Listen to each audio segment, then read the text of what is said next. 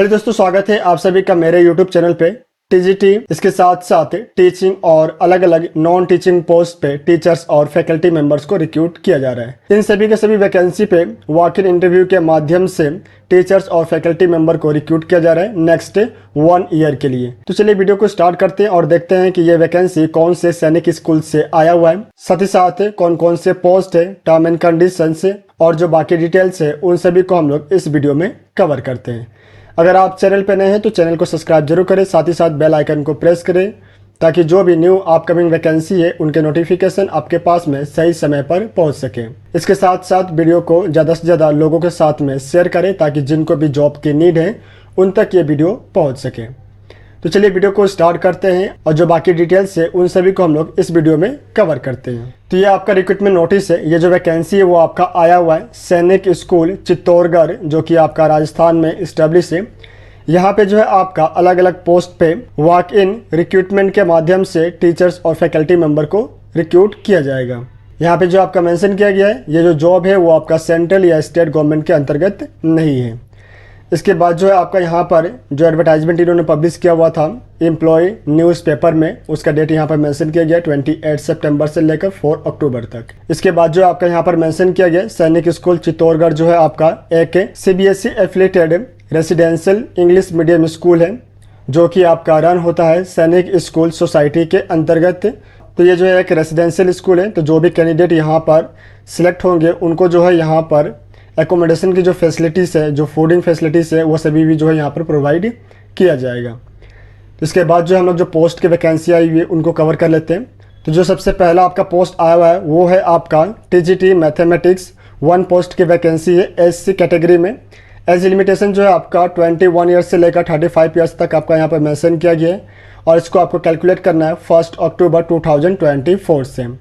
Essential qualification की अगर हम बात करें तो आपका ग्रेजुएशन होना चाहिए with mathematics with at least 50% marks के साथ में। इसके साथ साथ जो है आपके पास में BEd डिग्री होना चाहिए with mathematics from any recognised university. साथ ही साथ जो है आप सीटेड क्वालिफाइड होने चाहिए और आपकी जो टीचिंग प्रोफेंसी है वो आपके इंग्लिश मीडियम में होनी चाहिए। डिजायरेबल में जो है आपका यहाँ पर मेंशन किया गया मिनिमम 5 इयर्स का एक्सपीरियंस जो है आपके पास में होना चाहिए। इसके बाद सैलरी की अगर हम बात करें तो 63,750 रुपीज़ जो है आपको यहाँ पर मंथ सैलरी दिया जाएगा। साथ ही साथ जो है आपको एकोमोडेशन और फूड की जो फैसिलिटी है वो भी आपको प्रोवाइड किया जाएगा। तो जितने भी जो पोस्ट है उन सब में जो है आपका एकोमोडेशन और फूड की जो फैसिलिटी है वो आपको यहाँ पर दिया जा रहा है। इसके बाद जो नेक्स्ट पोस्ट है वो है आपका TGT हिंदी OBC कैटेगरी में आया हुआ है 1 पोस्ट की वैकेंसी है। एज लिमिटेशन आपका सेम मेंशन किया गया, क्वालिफिकेशन भी जो है आपका यहाँ पर सेम मेंशन किया गया। आपका ग्रेजुएशन होना चाहिए हिंदी में विथ एटलीस्ट 50% मार्क्स के साथ में और आपका जो सैलरी है वो भी जो है आपका यहाँ पर सेम मेंशन किया गया है। इसके बाद जो नेक्स्ट पोस्ट है वो है आपका काउंसलर के लिए अनरिजर्व कैटेगरी में आया हुआ है 1 पोस्ट की वैकेंसी है। एज लिमिटेशन जो है आपका सेम मेंशन किया गया है। क्वालिफिकेशन की अगर हम बात करें तो आप ग्रेजुएट या पोस्ट ग्रेजुएट होना चाहिए इन साइकोलॉजी। इसके बाद जो दूसरा ऑप्शन दिया गया वो है आपका पोस्ट ग्रेजुएट आपका होना चाहिए इन चाइल्ड डेवलपमेंट में। थर्ड जो आपका क्वालिफिकेशन के लिए ऑप्शन दिया गया वो है आपका ग्रेजुएट या पोस्ट ग्रेजुएट आपका होना चाहिए। उसके साथ जो है आपका diploma in career guidance and counselling में होना चाहिए। सैलरी जो है आपका यहाँ पर सेम मेंशन किया गया है। इसके बाद जो नेक्स्ट पोस्ट है वो है आपका आर्ट एंड क्राफ्ट टीचर के लिए अनरिजर्व कैटेगरी में आया हुआ है 1 पोस्ट की वैकेंसी है। क्वालिफिकेशन की अगर हम बात करें तो आपका 5 इयर्स का डिप्लोमा होना चाहिए फाइन आर्ट्स में एज ड्राइंग या फिर पेंटिंग या स्कल्पचर या ग्राफिक आर्ट या craft after passing senior secondary examination. तो क्लास 12 जो है पास होने के बाद जो है आपके पास में 5 ईयर का फाइन आर्ट में जो है डिप्लोमा होना चाहिए किसी भी रिकॉग्नाइज इंस्टीट्यूट से। इसके बाद जो दूसरा ऑप्शन दिया गया वो है आपका 5 इयर्स का जो है आपका पास में डिप्लोमा होना चाहिए आफ्टर पासिंग सेकेंडरी, यानी कि क्लास 10 एग्जामिनेशन को पास करने के बाद जो 5 इयर्स का जो आपके पास में डिप्लोमा होना चाहिए फाइन आर्ट में। थर्ड जो ऑप्शन दिया गया वो है आपका डिग्री इन फाइन आर्ट्स या क्राफ्ट में जो है होना चाहिए। फोर्थ में जो है आपका BEd डिग्री आपके पास में होना चाहिए in fine art from any recognised university. तो इसमें जो है आपका बहुत से ऑप्शन क्वालिफिकेशन के तौर पे जो है मेंशन किया गया है। सैलरी की अगर हम बात करें तो 35,000 पर मंथ सैलरी आपका यहाँ पर मेंशन किया गया है। इसके बाद जो नेक्स्ट पोस्ट है वो है आपका म्यूजिक टीचर के लिए अनरिजर्व कैटेगरी में आया हुआ 1 पोस्ट की वैकेंसी है। क्वालिफिकेशन में जो आपका मेंशन किया गया ग्रेजुएशन होना चाहिए in music from any recognised university. इसके बाद जो दूसरा ऑप्शन दिया गया वो है आपका हायर सेकेंडरी या सीनियर सेकेंडरी जो है आप क्वालिफाइड होने चाहिए। उसके साथ साथ जो है आपके पास में डिग्री होनी चाहिए diploma in music from any institute recognised by state और सेंट्रल गवर्नमेंट। सैलरी जो आपका यहाँ पर सब मेंशन किया गया 35,000 पर मंथ।